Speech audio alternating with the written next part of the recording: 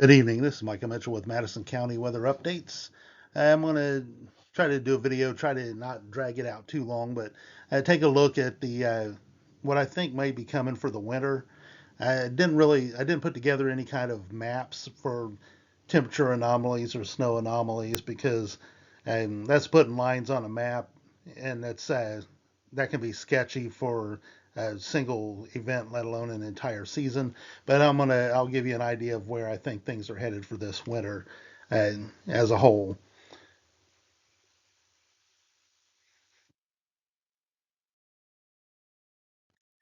Here's a look at the CPC seasonal temperature outlook. As a whole, I don't hate it. I think it's in general pretty good. I do think that I would probably cool the Northeast down up here to at least equal chances, if not below average. And I would probably draw these below average anomalies a little farther southeast. But as a whole, I don't necessarily hate it. It does kind of indicate the possibility for a southeast ridge sitting down here over the southeast.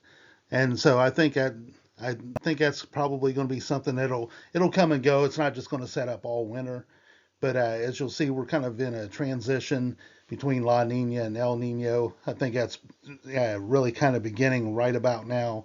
So that'll help the southeast ridge develop, and that helps set up a little better storm track for bigger storms for the Ohio Valley. So we'll see if that actually develops, but that's kind of what I'm thinking right now.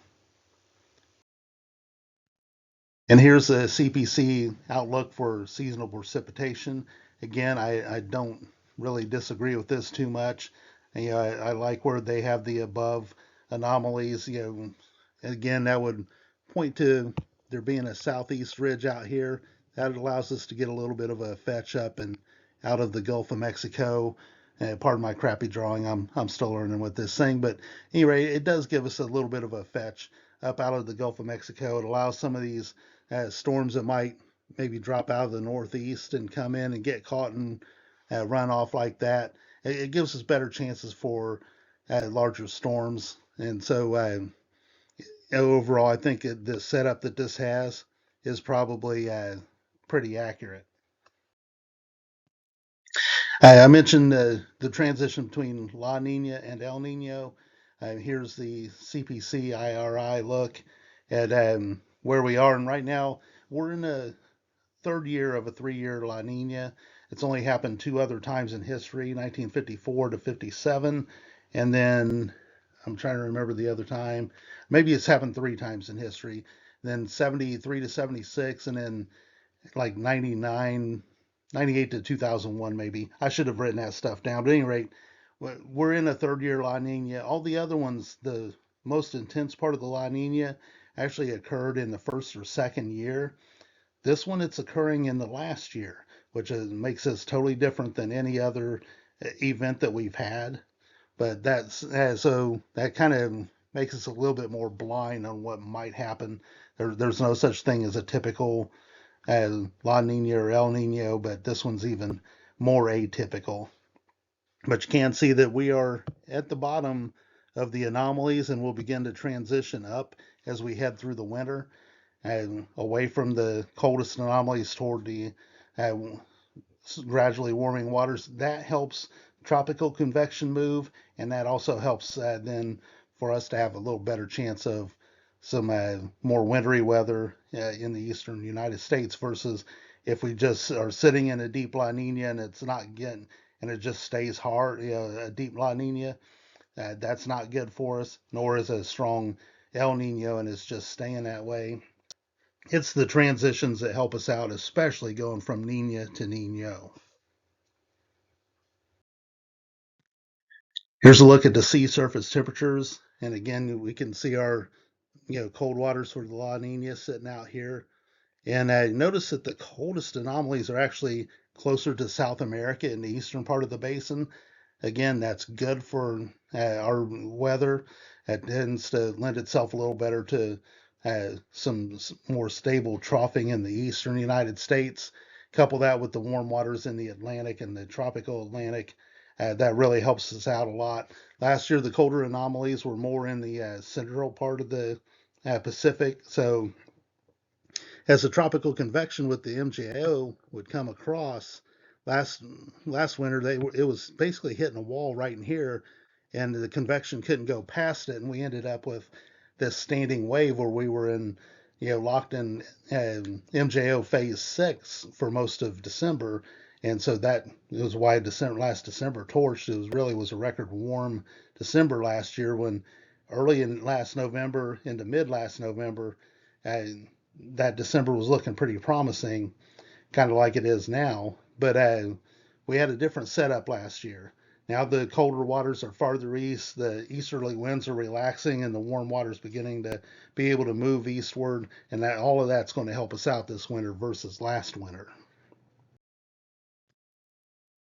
And here we can see the 7 day change in the INSO. And again, you look out in this same region here, and we can see a lot of the oranges that are the warming, and you can kind of see it's mixing a little bit. Some areas warming, some areas cooling. That says the waters are beginning to finally mix a little bit. And again, this is a good trend if you like winter, because that's a good sign that we've already begun the process of turning away from the deepest part of La Nina, heading toward neutral by spring. Polar vortex. Let's take a look at that. This is a 10 millibar winds, and these were all screenshot off of my phone. That's why it's kind of narrow, but we're going to take a look at it nonetheless. Um, and I've really been screenshotting them since October, but we'll start at November 5th. And what we can see on this is that the polar vortex was pretty tight, and it was centered up there with the coldest anomalies kind of to our north and west. At this point, and over the next couple of screens, let's take a look.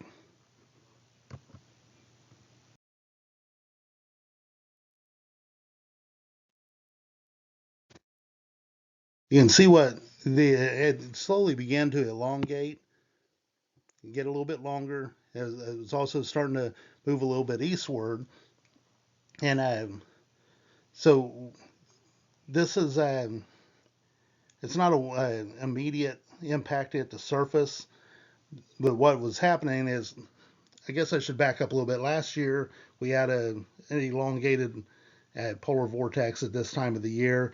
That's why things were looking so promising for December. But last year, the stratosphere and the troposphere weren't coupled. So all that cold air that was available aloft was not making it down to the surface. When we coupled that with the stagnant MJO, that's what allowed last year to torch. This year, and I'll show you in this last slide in these wind map slides, that the troposphere is actually mirroring what the stratosphere is doing on about a 2 week lag. So on November 8th, we were still in the midst of a very warm start to November, even though the polar vortex was in a nice position. But that's what's filtering down and turning into our cold stretch that we're going through right now. And we'll take a look as this progressed. You can see that what it began to do, that really, as it moved east, it began to stretch out and almost began to form two separate little lobes there. And that was as it pulled away, though. And that's going to translate to kind of the warmer period relatively that we're going to experience next week and Thanksgiving week. But you can see there was still some flow from the northwest. So, and that's why we're not going to get super warm over Thanksgiving week, but we're going to come up to average to slightly warmer than average. See, as it pushed over, and then all of a sudden, around the 16th, it began to reload itself. And watch how quickly it comes back west. By this last slide, it's once again, it's reloaded itself, and now it's beginning to elongate itself again, and we're starting to get this stronger fetch down in. So this is the slide for the 18th. This will translate to what I think is going to be our cool shot next weekend into early the following week. I'll say that at the last model runs I saw Only the GFS really was cooling us down a lot next week. All the rest of them were keeping us in the 40s. I think the GFS has the right idea. We'll find out as we get into early next week. But I really think we're probably going to be seeing some highs in the 30s again next weekend versus the 40s. But it's still a week out, so we'll see. It's to this slide. The others were at 10 millibars up in the stratosphere. This is at 500 millibars. This is our upper level pattern. And this again on the 18th, and you saw the elongation that was taking place in the stratosphere that took place a week or so ago. And you can see it here. There's the elongation.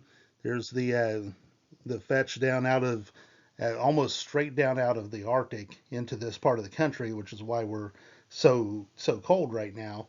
That'll modify over the course of the week, but then I think it's going to reload itself like what we're seeing from the 10 millibar. That'll reload itself here in about 8 to 10 days, and we'll get another cool shot. So that this slide was basically just to show you that the troposphere is mirroring the stratosphere, unlike what we've had going on the last couple of years. So here's what I think for winter, and I think overall statewide we're probably going to be cooler than average. It'll probably be the anomalies will be colder the farther north we go. That's kind of to be expected. January is probably going to be the coldest. Again, kind of to be expected. It's statistically our coldest month as well. I think we'll get occasional, if we get storms that come from the southwest, which are the bigger storms that would be influenced by like the southeast ridge and what'll a resurgent subtropical jet. We'll get warm shots that are ahead of these storms, and then cold air is going to be more readily available this year. We've already seen that. So we get warm ahead of the storm. Then, as the storm passes off to our south and southeast, that cold air gets unleashed into the backside of the storm, and we get bigger snow. And I think we're going to have a couple of those this year instead of just one like we had last year and the year before. So, again, I expect colder than average over the course of December through February, but mostly December and into January. I think mid-February we're going to begin to modify, and I think spring is going to be on by the time we're getting into early March. Snowfall-wise, I think South Central Indiana, basically south of I-70, snowfall is going to be about average. I think the farther south you go, that's going to slide below average. Central Indiana north of I-70, I think we're going to be around average to about 125% of average. Our average is 18 inches, so looking at 18 to maybe 24 inches of snow. Again, if we can get, that's based on one big snow and then several clippers. If we can get two or even three big snows, that can blow that away, and we can end up with a much larger winter. But this is just based on one big snow and several clippers. I think the clippers are going to be on parade quite a bit this year. I think northeastern Indiana, again, I think the core of the cold is going to continue to mostly be up over the Hudson Bay. That's going to favor some lake enhanced stuff. So northeastern Indiana, I expect to very much exceed 125% of their annual average. Again, wind direction is everything with those lake effect snows. I would note that December is going to be the key. If we're getting into the second week of December and it's not very cold and we're not seeing snow on the horizon, if December fails on the snow and if December fails on the cold, then overall the winter is going to probably fail on those two fronts also. It'll come in spells regardless, but snow is going to be very December dependent. We average 5 inches of snow in December. I think we're going to need to get that or more to reach average or above, because I don't think February is going to be the big producer this year that it has been in the past. Although a lot of our big storms do tend to happen in late January through about mid-February. So there's always that wild card. But again, I think December is going to tell us everything. If December is on point, then it's going to be a good winter. If it's not, then it's going to be another, meh kind of winter. And then, as I mentioned earlier, I think spring uh, will arrive probably pretty much on time, maybe just a touch early as far as the calendar is concerned. I think we're getting in, by the time we're getting to early March, we're going to be warming up. We're going to be seeing more regular 50s, maybe some 60s. And we've been in a drought this year. More of the nation has been covered by drought this year than since they started keeping the drought monitor back in 2000. Usually, when you get big droughts, they break hard, and I kind of expect that as we're heading toward, by that point, probably INSO neutral. And I think I might start to open the rain floodgates. Hopefully, not too much, because the farmers need to be able to get things planted. But I do expect a wet spring and a warm spring.